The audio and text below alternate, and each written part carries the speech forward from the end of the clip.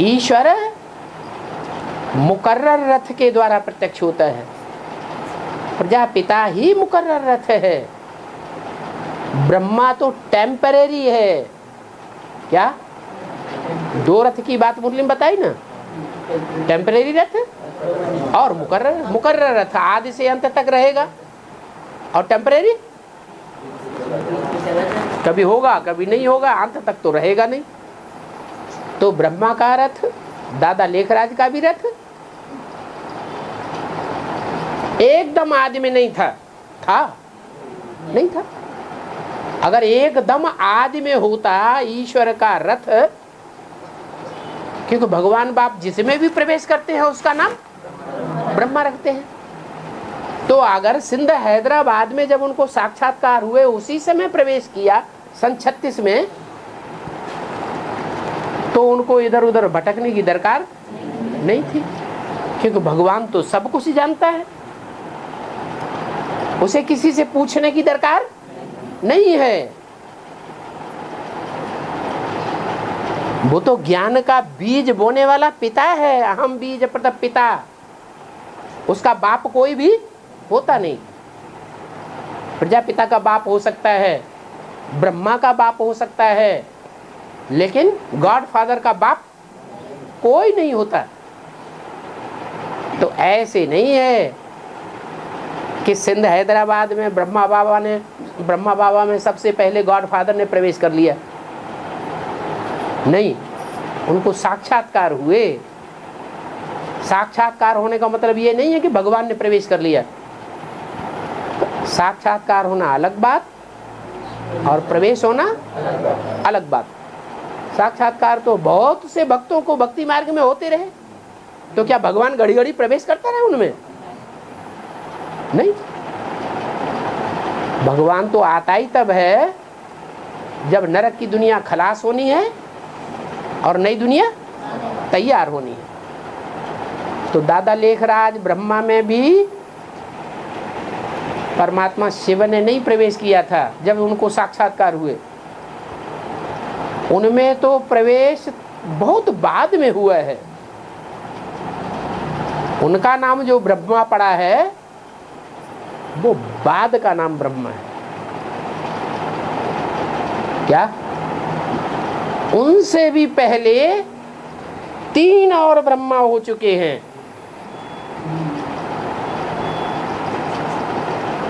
क्या? 3 और भी ब्रह्मा हो चुके हैं। कौन कौन? वो अपने गुरु से पूछा, साक्षात्कारों का रहस्य तो नहीं बता सके।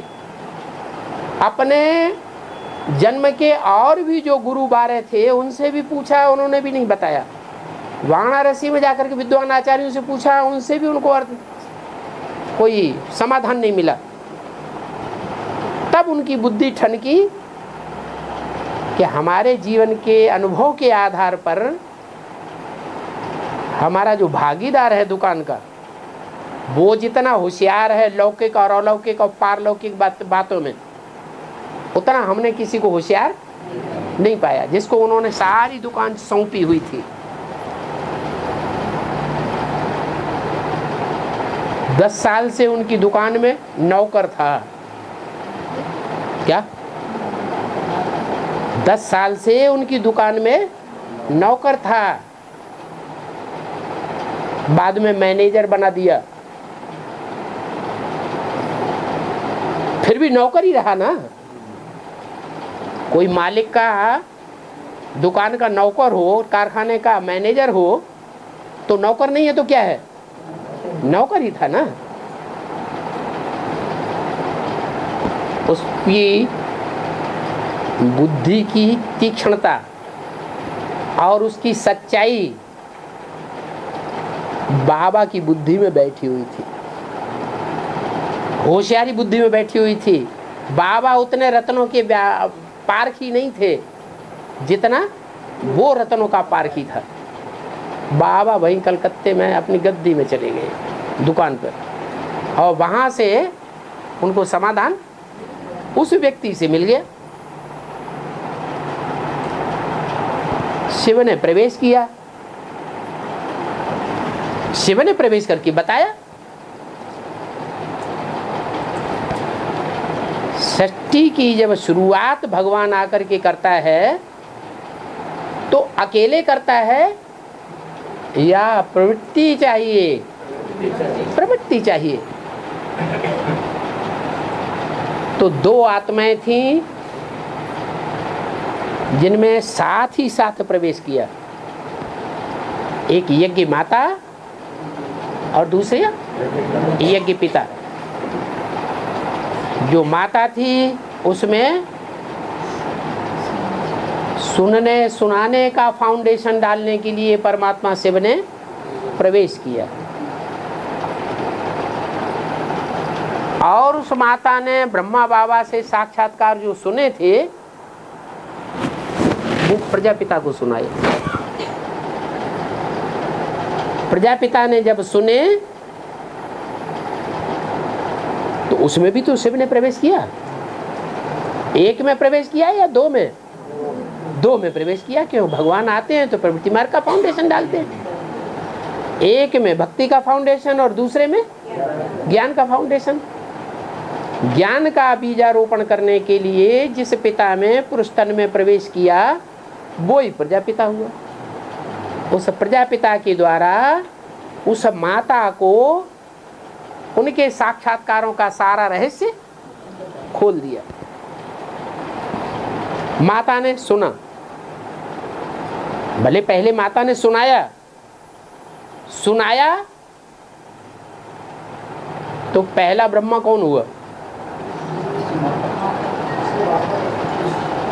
ब्राह्मण बने बिगर प्रजापिता था क्या? मुरली में बोला है प्रजापिता तब कहें, कब कहें, कब साबित हो? जब पहला ब्राह्मण साबित हो। पहला ब्राह्मण सो पहला देवता, सो पहला क्षत्रिय, सो पहला वैश्य, पहला शूद्र।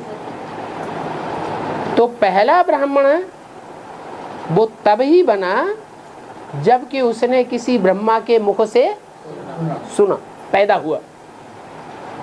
ब्रह्मा के मुख से ही ब्राह्मण पैदा होता है, भले वो कोई भी कैटेगरी का ब्राह्मण हो।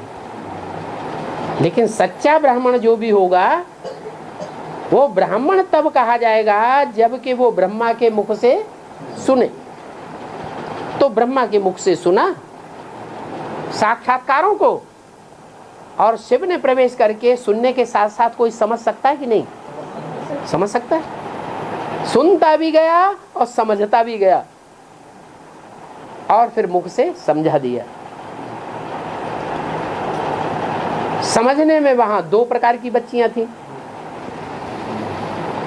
एक बच्ची ने सिर्फ सुना और सुन करके फटाफट ब्रह्मा बाबा को कान में फूंक दिया। कोई कोई ऐसे होते ना जो को सुनते हैं और बड़ी जल्दी आती है दूसरों को सुना, फटाक से दूसरों को सुनाने लग पड़ते हैं। माने सुनने और सुनाने में बड़े तीखे होते हैं। तो एक माता ने तो जिसने सुनाया उसने सुना और ब्रह्मा बाबा के कान में फूंक दिया। अब ब्रह्मा बाबा तो कुछ अनुभवी है कि नहीं है, हैं? अपनी जिंदगी के ब्रह्मा बाबा कुछ अनुभवी थे या नहीं थे? बिल्कुल अनुभवी नहीं थे, हैं? चलो इतनी अकल ज्ञान समझने की नहीं थी, लेकिन लौकिक जिंदगी जीने की तो अकल थी। अगर इतनी अकल नहीं होती तो इतने बड़े व्यापारी कैसे बन जाते? प्रजापिता न बन जाता। माने लौकिक दुनिया के हिसाब से प्रजापिता फेल हो गया। वो तो गरीब था, उसकी भी हीरों की दुकान थी, लेकिन वो चलती नहीं थी।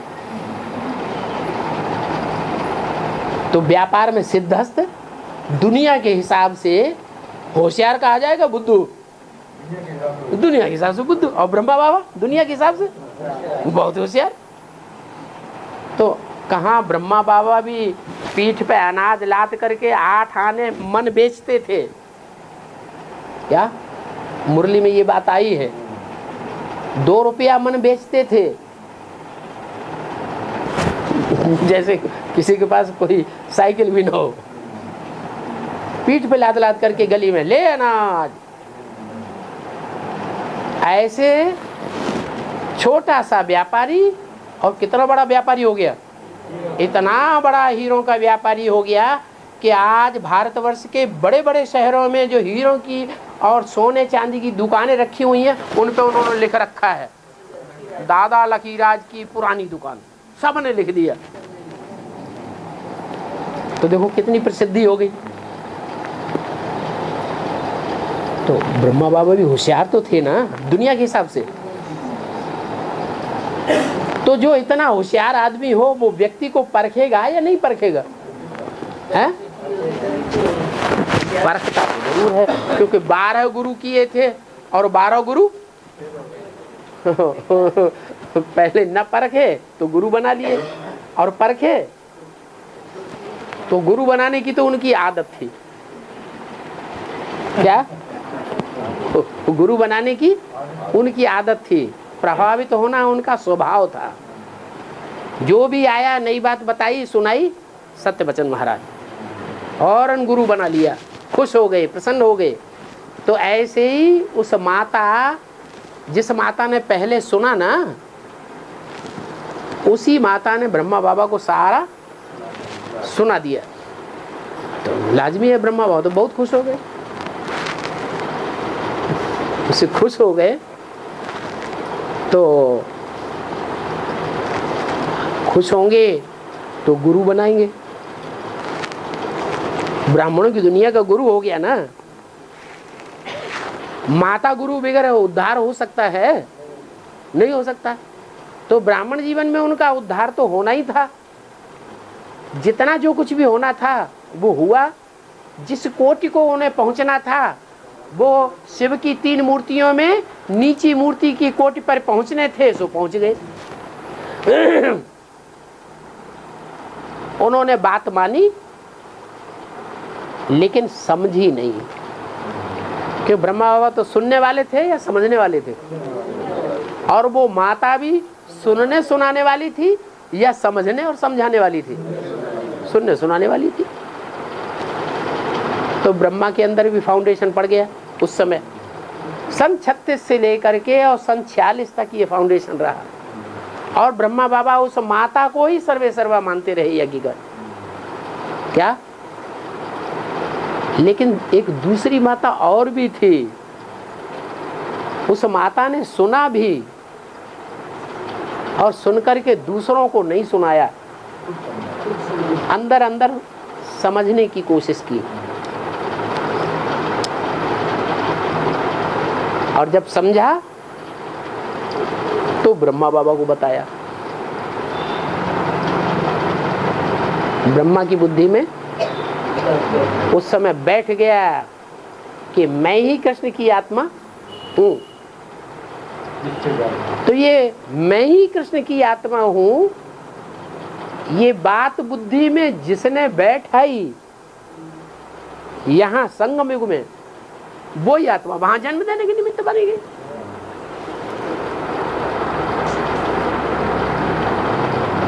तो यज्ञ के आदि में वो व्यक्तित्व जिसके द्वारा ब्रह्मा बाबा ने सारा समझा, वो उनकी बुद्धि में नहीं बैठा। क्यों? कोई कारण होगा। क्यों नहीं उसका एहसान माना? बुद्धि में शुरू से बैठा ही दौड़ता रहता। हाँ, जिंदगी में उन्होंने देखा नहीं। है तो नीचे तबक्के का आदमी है, छोटा आदमी है, हमारी दुकान का तो नौकर रहा। मैं सत्संग करने के लिए चल पड़ा तो इसको दुकान सौंप दी होशियार समझ करके। तो नौकर की वृत्ति रही, इसलिए उसको निग्लेक्ट कर दिया। लेकिन फिर पूछनी क्यों गया? नौकर की वृत्ति थी दिमाग में। हाँ। तो फिर पूछनी क्यों गया उनसे? ब्रह्मा बाबा होशियार, ये तो जान लिया। दुकान क्यों सौंप दी इतनी बड़ी? कोई हिसाब किताब नहीं लिया। दुकान क्यों सौंप दी? कारण क्या? कोई तो आधार होगा जिसके आधार पर लाखों करोड़ों की दुकान सौंप दी। क्या बात थी? है पाल, वो अंदर से समझते थे। दुनिया के हिसाब से तो फेल हो गया, ये भी समझते थे। क्यों फेल हो गया? क्योंकि ये झूठों की दुनिया है। झूठ की दुनिया में झूठा चलता है। ब्रह्मा बाबा बड़े बड़े राजाओं महाराजाओं के निवास में घुस जाते थे। वो सुरमा पहन के, सिंधी तो खूब सुरमा पहनते हैं। तो ये होशियारी थी ना उनकी। वो भागीदार तो बेचारा ये सब फटाक्रम नहीं जानता था, न करना चाहता था, वो सच्चा था। तो आज की दुनिया में सच्चा जो व्यक्ति होगा वो कभी भी करोड़पति धंधे से नहीं बनेगा, बिना चालाकी किए। तो ब्रह्मा बाबा इस बात को अंदर समझते थे ये सच्चा आदमी है क्या, इसलिए उसको दुकान बिना हिसाब किताब किए सौंप दी। लेकिन ये भावना नहीं बैठी कि भगवान ही मेरे साक्षात्कारों का अर्थ बता सकता है। इसमें भगवान प्रवेश था। ये उन गुरुओं के मुकाबले बड़ा गुरु है जिन्होंने मेरी बातों का अर्थ नहीं बताया। वो ही माता को गुरु बना लिया। यज्ञ में उस समय माता का बहुत मान था।